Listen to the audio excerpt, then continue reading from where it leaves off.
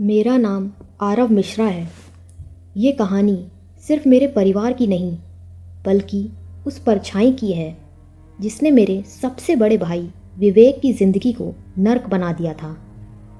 हमारा परिवार हमेशा से ही धार्मिक रहा है। पिताजी रिटायर्ड पुलिस अधिकारी हैं, बेहद ईमानदार और सख्त उसूलों वाले। माँ हंसमुख लेकिन भीतर से बहुत भावनात्मक महिला थी। हम तीन भाई विवेक, मैं आरव और सबसे छोटा आर्यन एक दूसरे के बहुत करीब थे। ये बात आज से लगभग 12 साल पुरानी है, जब विवेक, जो उस वक्त कॉलेज से पढ़ाई पूरी कर चुका था, भोपाल में एक निजी कंपनी में जॉब कर रहा था। वो दिखने में बहुत आकर्षक, मिलनसार और सबसे ज़्यादा होशियार था। एक बार उसे मुंबई से एक बड़ी कंपनी में नौकरी का ऑफ़र मिला, 50,000 महीने का, जो उस वक्त बहुत बड़ी रकम मानी जाती थी। पूरे परिवार में खुशी की लहर दौड़ गई।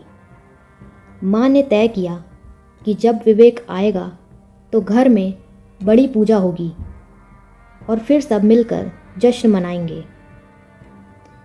वो शाम आई।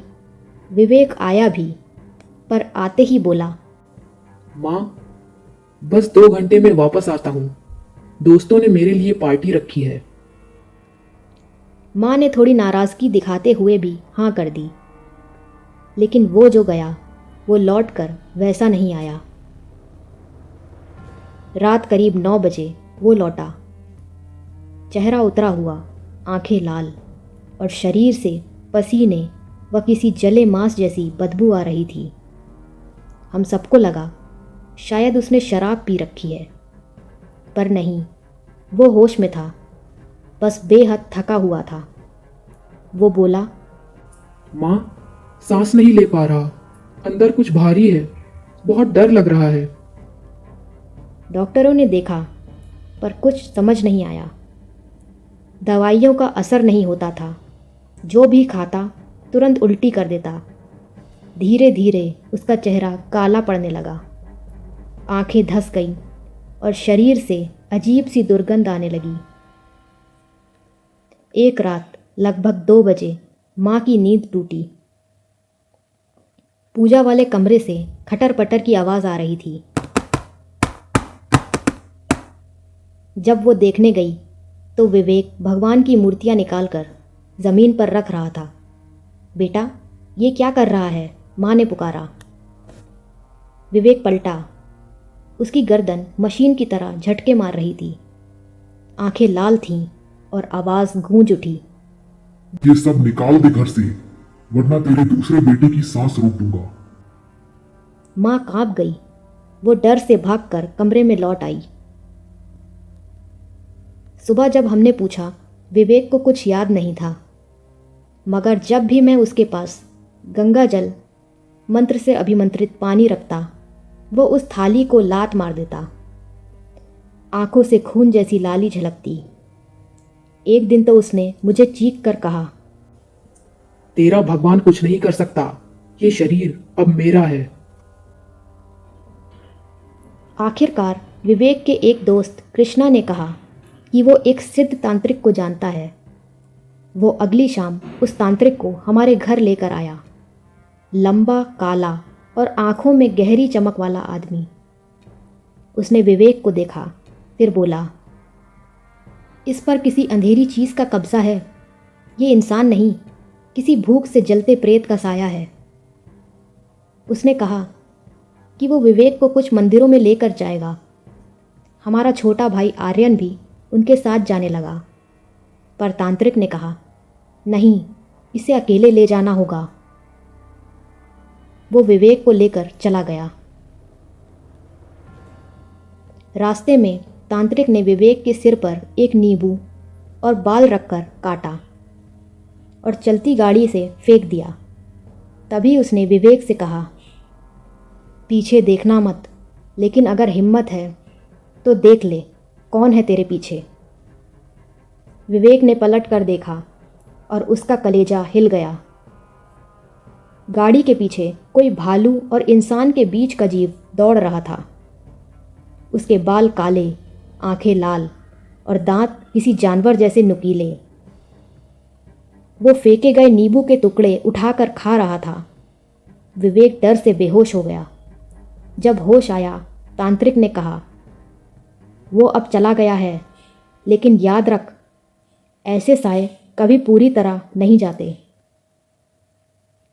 कुछ हफ्तों तक विवेक ठीक लगने लगा, पर अब उसमें अजीब बदलाव आने लगे थे। वो नॉनवेज के बिना रह नहीं पाता था। रात में देर तक जागता, दीवारों से बातें करता, कभी कभी हंसते हंसते रोने लगता। एक रात माँ ने उसे अलमारी से पैसे निकालते पकड़ लिया। जब उन्होंने डांटा, विवेक ठहाके मारने लगा और बोला, मेरा सौदा हो चुका है और अगली बारी आरव की है। माँ ने उसके ऊपर गंगा जल फेंका तो वो दहाड़ मारकर फर्श पर गिर गया और फिर बेसुध हो गया। उस रात माँ बाथरूम गई और वहाँ से उनकी चीख सुनाई दी। हम दौड़े और देखा कि विवेक उल्टा छत से लटका हुआ है। उसका चेहरा किसी जानवर में बदल चुका था। लंबे दांत, काली जीभ और फटी हुई आंखें। माँ डर से बेहोश हो गई। उसके बाद तंत्र मंत्र, डॉक्टर सब आजमाए गए, पर कुछ काम ना आया। आखिरकार पिताजी ने हमें सतपुड़ा की पहाड़ियों के एक सिद्ध तांत्रिक के पास ले गए, अघोरी सोमदत्त बाबा।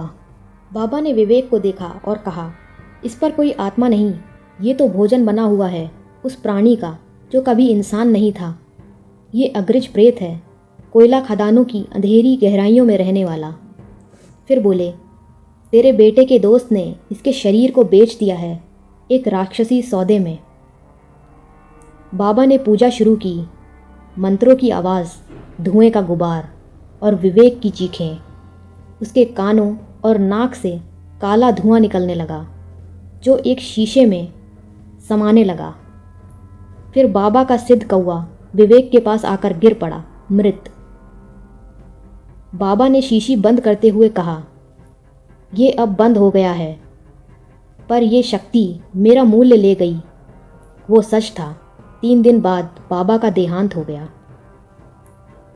विवेक कुछ हफ्तों में ठीक हो गया। हमारा घर भी अब शांत लगने लगा।